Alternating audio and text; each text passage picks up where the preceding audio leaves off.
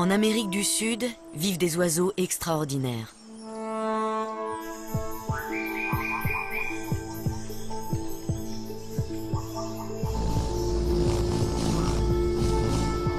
Ils font partie des animaux les plus étonnants de notre planète.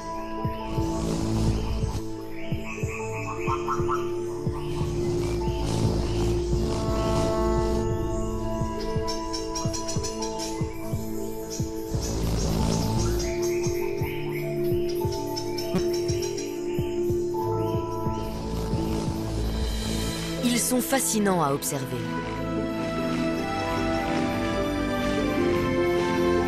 Ces oiseaux, ce sont les colibris. Leur couleur chatoyante et leurs prouesses aériennes les rendent uniques au monde. Raison pour laquelle ils sont traqués comme les plus grandes stars.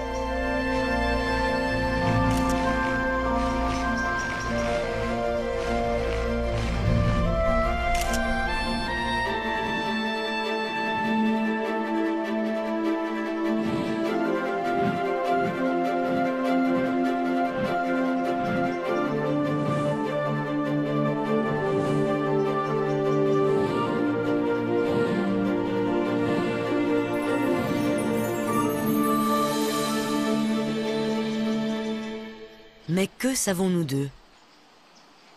D'abord, ils sont minuscules, d'où leur surnom d'oiseaux-mouches.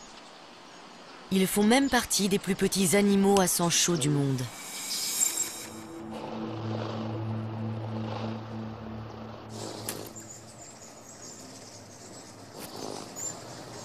Ensuite, ils vivent à 100 à l'heure, à tel point qu'il est difficile de distinguer nettement leurs contours.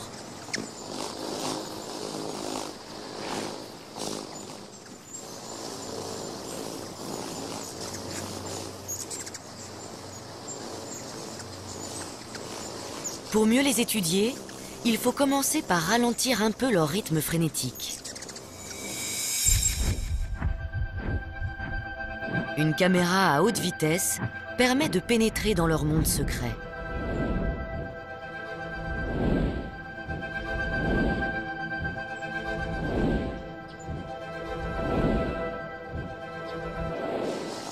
Le comportement des colibris reste en grande partie mystérieux. Nous savons qu'ils sont tributaires des fleurs pour se nourrir. Le nectar est leur carburant. Nous savons aussi qu'on ne les trouve que sur le continent américain. La majorité des espèces vit en Amérique du Sud. C'est d'ailleurs là-bas que notre enquête commence. Ici, de nombreuses plantes les utilisent comme messagers. Mais ce n'était pas ce que prévoyait le contrat de départ. Car quand les fleurs sont apparues il y a plus de 60 millions d'années, les colibris n'existaient pas encore. À l'origine, c'étaient les insectes qui assuraient la pollinisation. Aujourd'hui, c'est encore très souvent le cas. En butinant, les papillons transportent du pollen d'une fleur à l'autre.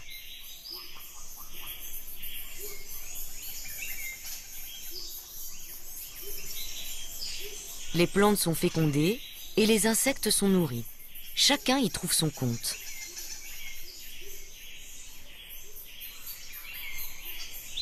Cette relation d'échange a parfaitement fonctionné pendant très longtemps. Puis soudain, certaines plantes n'ont plus eu recours à leurs coursiers habituels.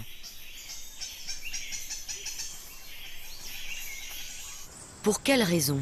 La réponse se trouve dans les massifs forestiers d'Amérique du Sud. Ici, les matins sont froids et humides.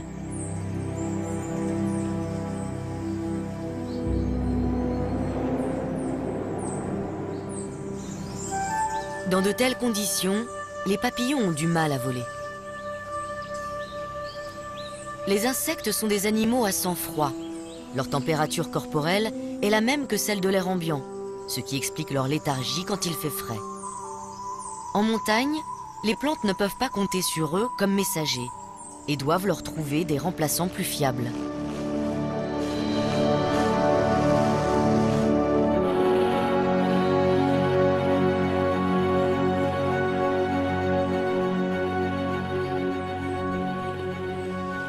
Nous ne saurons jamais avec certitude où le changement s'est produit. Mais c'est quelque part, peut-être ici, sur les hauts plateaux brésiliens, que les plantes ont changé de fournisseur.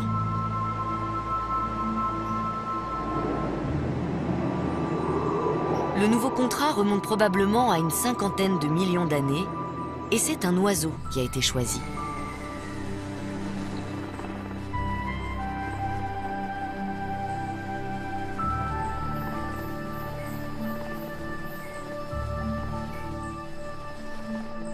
Pour cet ancêtre des colibris actuels, qui devait ressembler à ce colibri tacheté, cet accord signifiait aussi plus de chances de survie. À l'origine, il mangeait sans doute des insectes et des araignées et avait un bec relativement épais.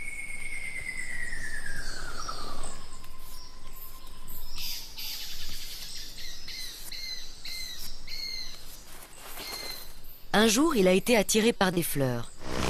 Peut-être était-ce pour extraire des insectes tombés dans la corolle de l'une d'elles. Toujours est-il que, l'habitude venant, il s'est mis à transporter du pollen d'une fleur à l'autre et à se nourrir de nectar.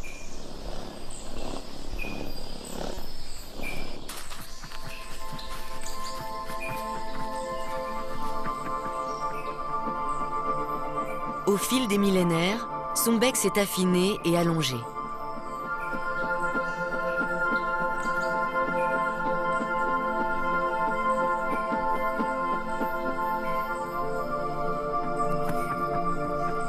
Pour atteindre les fleurs, il devait aussi être capable de véritables prouesses aériennes.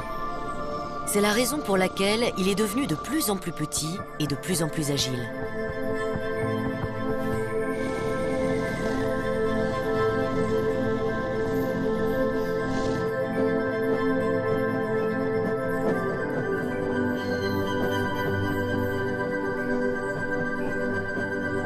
Sa langue s'est allongée, de façon à pouvoir plonger au cœur des fleurs.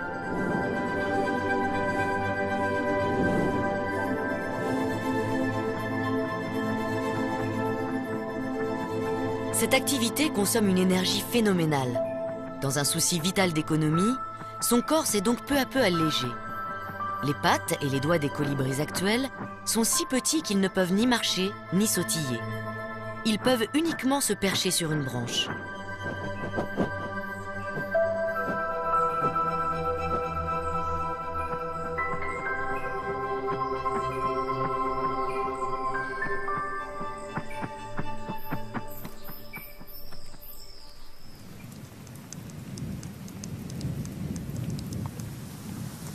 Les premiers colibris proposaient un service digne de confiance aux plantes dont ils dépendaient.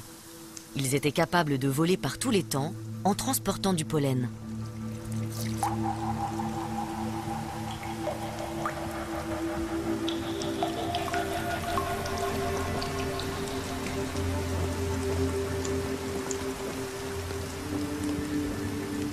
Pendant des millions d'années, ils sont restés très généralistes, se nourrissant d'une grande variété de fleurs.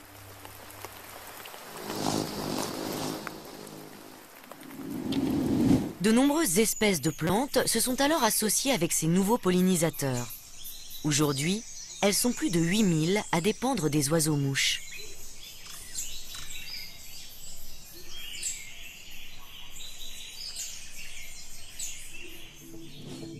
Mais dans ce contrat, les plantes aussi ont leurs obligations. Elles doivent fournir plus de nourriture à leurs coursiers, car les oiseaux dépensent 10 fois plus d'énergie que les insectes dont ils ont pris la place.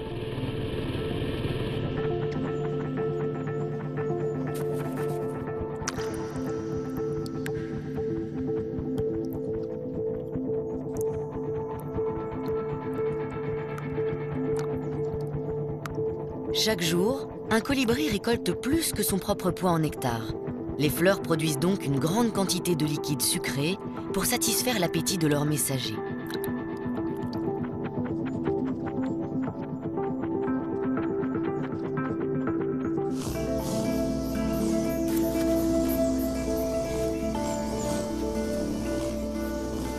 Pendant longtemps, les spécialistes ont cru que les plantes dont se nourrissent les colibris arboraient des fleurs oranges ou rouges pour les attirer. La réalité est bien plus étonnante. Les abeilles ne distinguent pas le rouge du vert. Les plantes cachent ainsi leur précieux nectar à ces insectes daltoniens.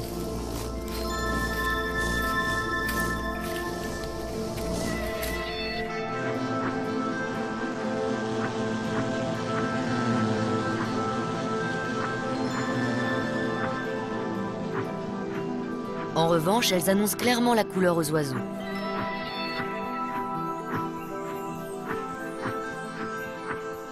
Ces derniers aussi ont dû faire des efforts. Afin de se protéger encore plus des insectes, les plantes présentent des fleurs longues et minces, situées à l'extrémité de leur tige. Seul un animal capable d'une grande précision en vol stationnaire peut les atteindre. C'est le cas des colibris, mais cette technique est épuisante.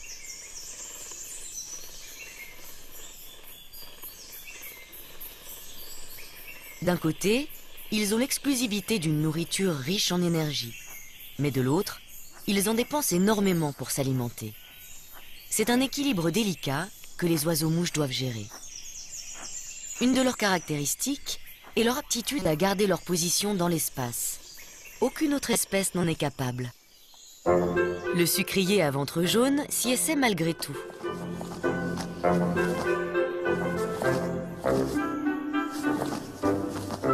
Comparé aux colibris, tous les autres oiseaux paraissent maladroits.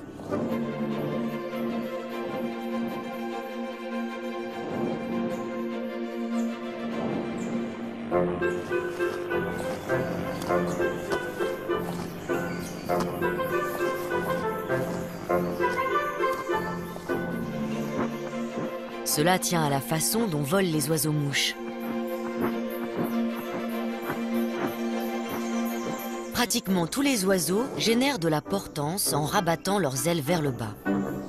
Puis ils replient leurs ailes lorsqu'ils les ramènent vers le haut.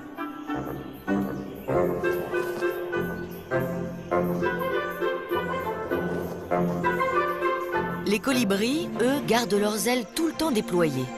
Et c'est l'articulation de leur épaule qui pivote. Ils génèrent ainsi de la portance lors des deux mouvements, vers le bas et vers le haut.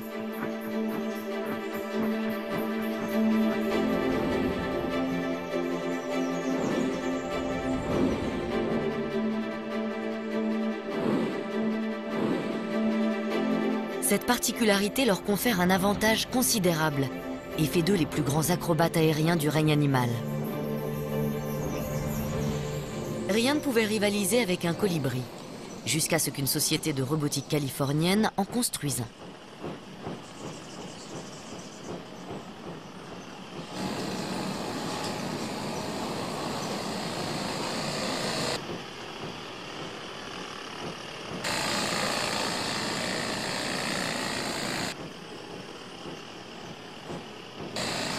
Tout comme les vrais, ils volent grâce à la double poussée de ses ailes. Cette prouesse technique est tellement réaliste qu'elle trompe même un véritable oiseau-mouche.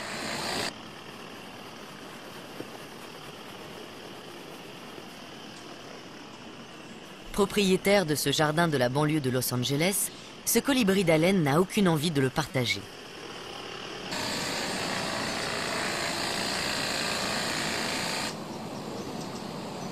La situation atteint un stade critique quand le robot s'approche de l'abreuvoir à nectar du vrai colibri, qui passe aussitôt à l'attaque. Il a beau être 4 fois plus petit, il n'hésite pas une seconde à piquer sur l'intrus.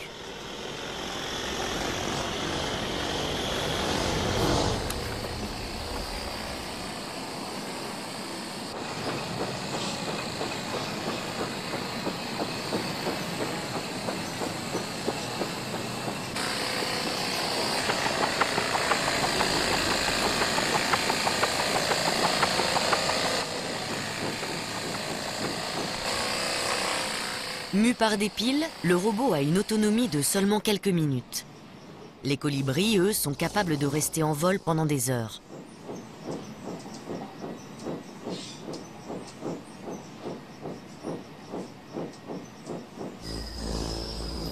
Ils peuvent manœuvrer dans tous les sens et même voler à reculons.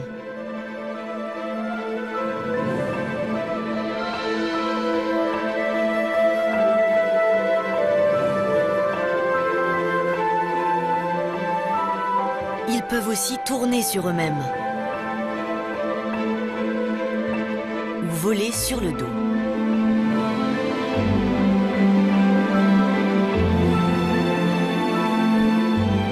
C'est pour atteindre les fleurs les plus difficiles d'accès qu'ils ont développé ces talents de voltigeurs.